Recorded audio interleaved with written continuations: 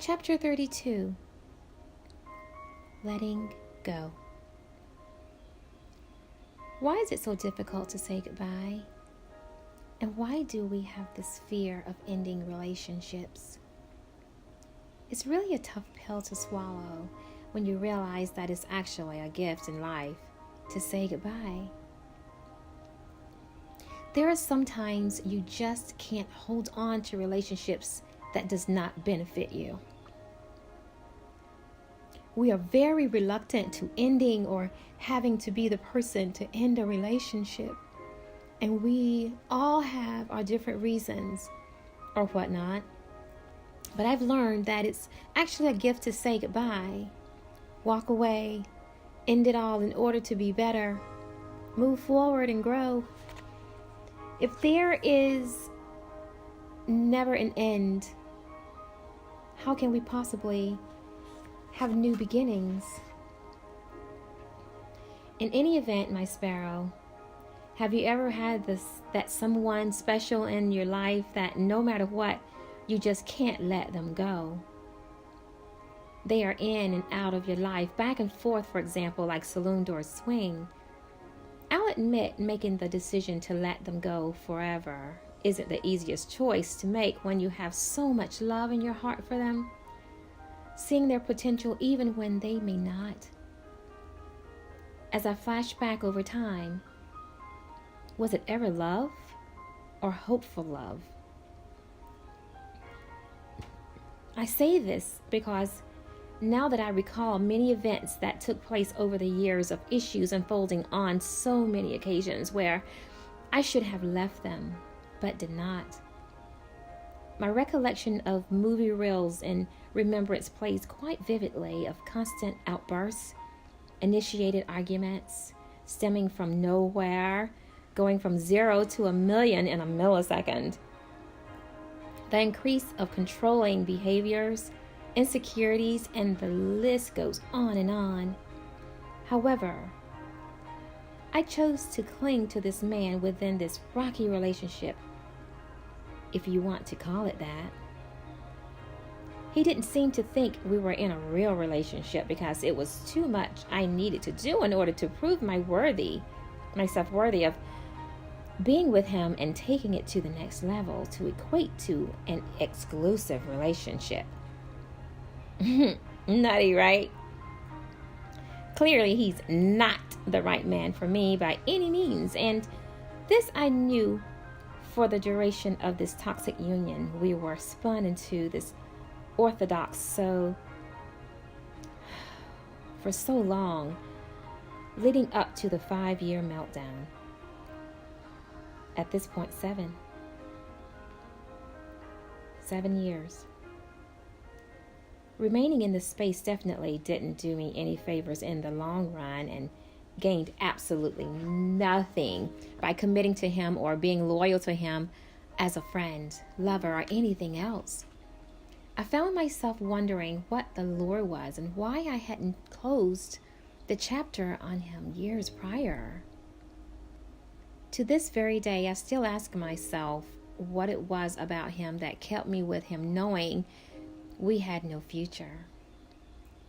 The best way I can describe our relationship within a snapshot is basically, in essence, he became my Mr. Right Now.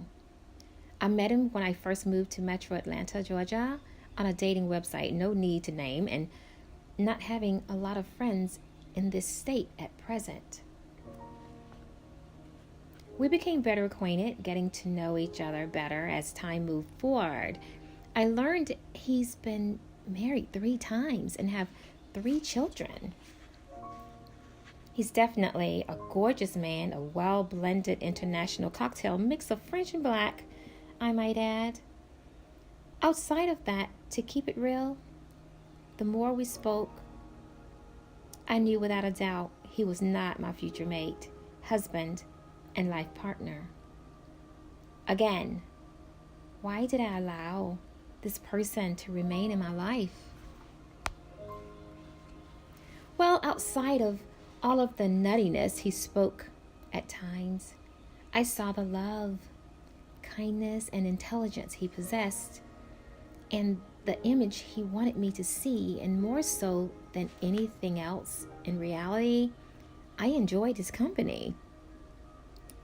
We had things in common, from interior design, sharing a love for comedy, travel, and more. In the beginning, we had so much fun together.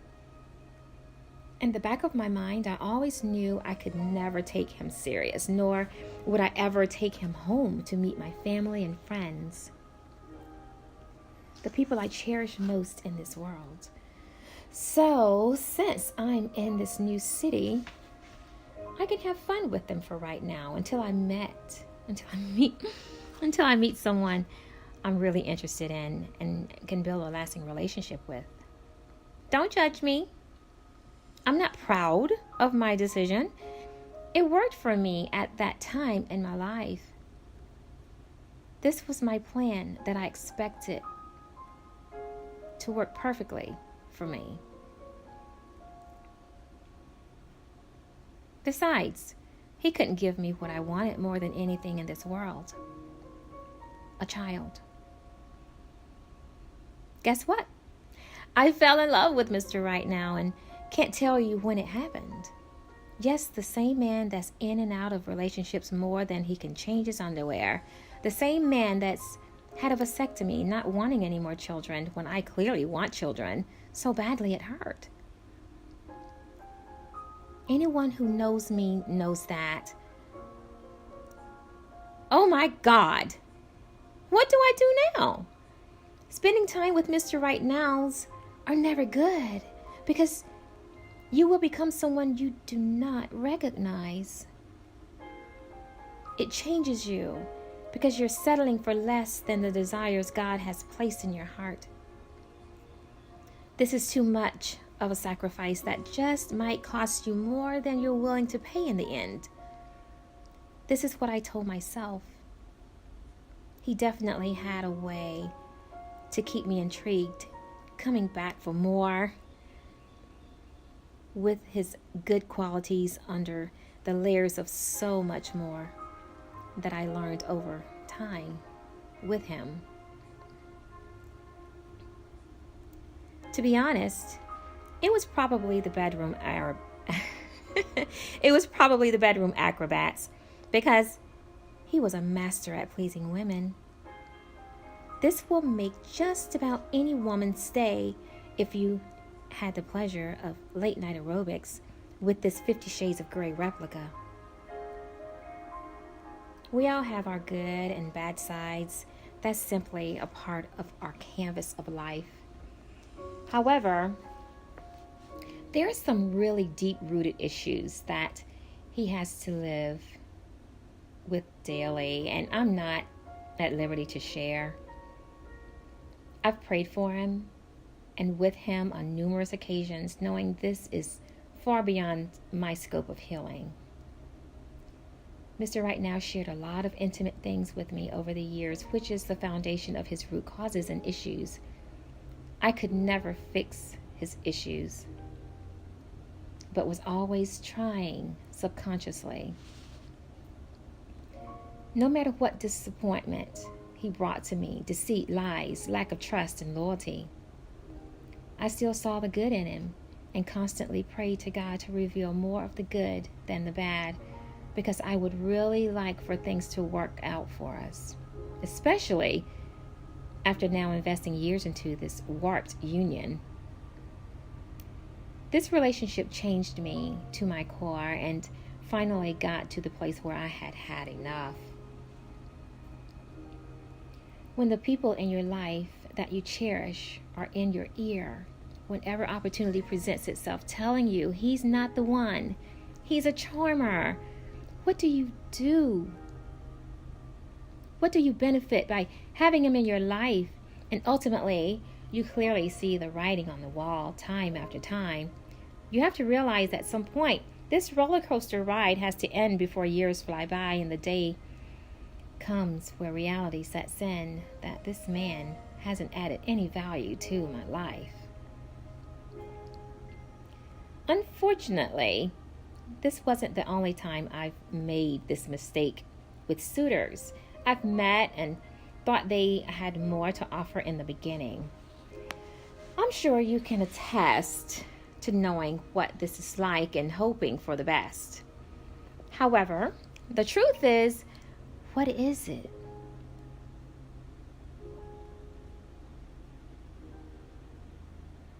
What it is,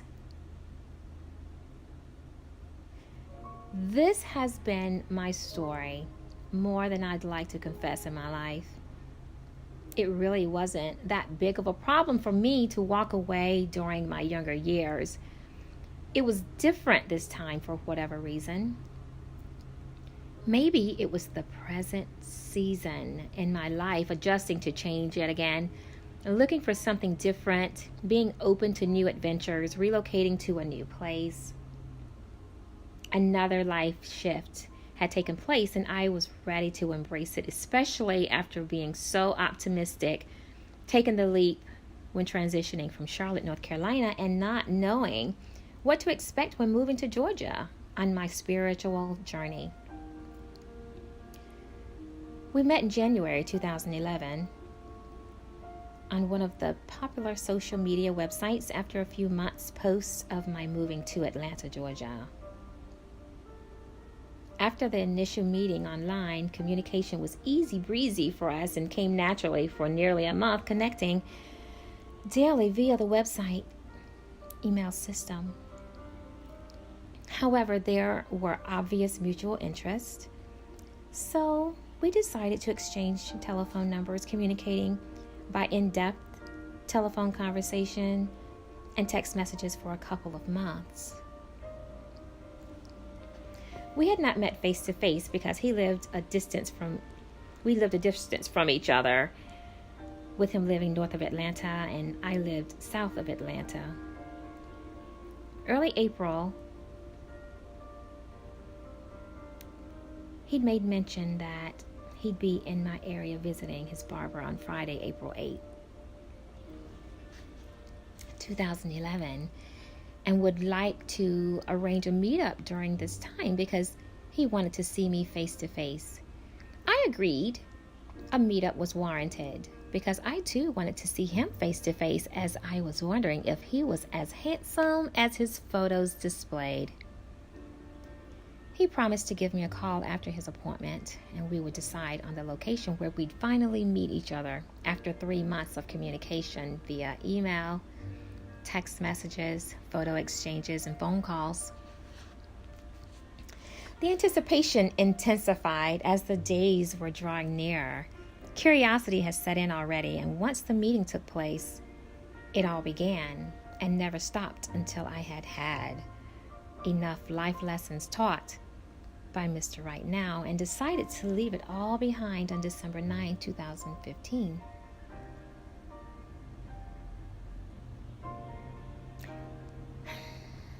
Our big brother, Lord and Savior, spoke to my spirit loud and clear earlier in that day, saying, "Tonight, end it."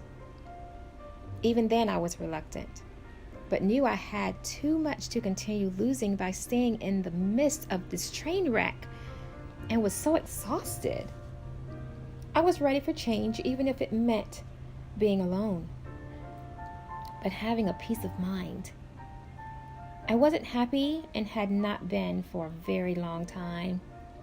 I had to rediscover my happy, embrace my dignity, walking in grace, or I stood a great chance of losing who I was forever if I didn't leave him that day. This time I heard the voice of my spirit and was obedient and have no regret. I say all of this to you in order to make this point. My spirit spoke to me so many times prior to when I actually reacted to it on the evening of December 9, 2015, but held on to my fear of not wanting to start over again. We can work through this. We love each other. I've invested too much time to just let it go. I had to trade in that fear for trust and believing beyond my believing that the Lord I serve has me covered. His voice resonated so clearly on this particular day because I had been praying not to bring all of this drama into my 2016, and the new year was fast approaching. I did it, and I couldn't be more proud of myself for doing so. I have my life back, and I love me enough to know I deserve to have the best life has to offer without chaos. I've had to fight for too long and was finally tired enough to stand up for myself in this particular space in my life. So please make a promise to yourself, as I have when determining that the relationship you prize so much, however, knowing in your spirit it will not lead to a lifelong romance. Please do yourself the favor of moving on, acknowledging the truth and being honest with yourself will free you and open the door, allowing a better partner to enter your life in the near future. This can't possibly take place until you take it real with yourself. Once you keep it real with yourself, knowing your worth, at the end of the day, do you want to continue wasting precious time not having what you want out of life because you've made the choice of staying in the midst of what's comfortable and familiar with your Mr. Right now? If you choose to stay there, you can watch the years fly by and you will be in the same position, unfortunately, for the rest of your life, or choose greatness, living in abundance. It's all up to you, my sparrow. On the other hand, you may be doing everything right, and one day, he or she simply decides to leave without warning. The first thing you do is feel like you should fight for your relationship, seek counsel, and fix whatever is broken. Bottom line, they just want out of the relationship, and it's nothing you can do nor say to convince them to stay. At this time, you have to dig deep into the pit of your soul when releasing your ties. I've learned to keep it simple by letting things go much quicker and let God fight my battles for me. With that said, when someone chooses to leave your life by walking away from your relationship or friendship, they're making a really big decision on their own for whatever reason they think is relevant or whatever has warranted this action. Let them go. You can't make someone stay in your life who does not want to be there. So ladies and gents, if they choose to leave you, watch them walk away and know their part in your story of life is over. It doesn't mean they're mean, evil, or a bad person. They've checked out of the relationship. Be cordial and thank them for the time they spent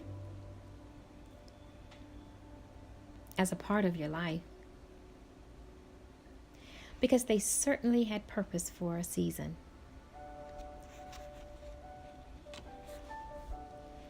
It is what it is. Find the joy in it and avoid the pity party. Why questions and stressing yourself over someone who doesn't want to be there? Have some dignity, self-respect, and know your worth with grace. Let's take a moment. When you know who you are, what you want and need for your life personally, then it's easy to own what you have or offer others in any relationship. It displays within you every day via your actions, behaviors, and character. Not only does it reflect within you, but to those in your presence, making it evident that the person you are hoping and praying would stay in your life either doesn't care or respect this about you, or simply chooses not to be a part of your world for whatever reason. It's okay. Wish them well. So when he or she wants to go, let them. As time goes on, you'll realize the gift you've received due to them exiting your life. Once your mind is free of the clutter and distraction of him or her, you'll realize their season had passed for their existence in your life. You'll also realize you've probably been entertaining a pupito, meaning a punk under pretense, engaged as the one. I can say I've had a ringside seat with a few pupitos in my life. It is essential to be able to recognize pupitos when they're in the midst, lurking in your lives. They are extremely good at deception, game playing, lies, and breaking hearts relentlessly. Don't be confused. Pupitos can be male and female. Again, I remind you, when someone chooses to walk out of your life, let them go. Don't analyze, don't try to talk about it, and don't try to fix it. Let them make their own decisions and you make yours. It doesn't matter how good things are in the beginning or how things transpired or metamorphed into where they are at present. The direction of the change that's taking place, you obviously notice. You see it. You feel it. Don't try to change the course of life. God removes people out of your life for protection. And when you look at it from God's eyesight, let them go. Their part in your story is over. Your part in their story is over. Let it be. Close the door. Congratulate them. Celebrate what you had, but take your hands off of it and move on. Don't call, text, stalk their Facebook. Better yet, don't be on any of their social media at all. Close the door and walk away in grace and have gratitude for the realization. It doesn't mean they're a bad person. Their time with you is done. That simple. Your destiny isn't attached to that person. The buck stops here. It's over. It's a wrap. Reflect over your time and be free afterwards. They're not joined to you. They were never joined to you and was never intended to be joined to you or me past this point. Otherwise, everything would be peachy. It's no longer peachy in this realm. Respect yourself. Have dignity. Stand in your grace. Let them go.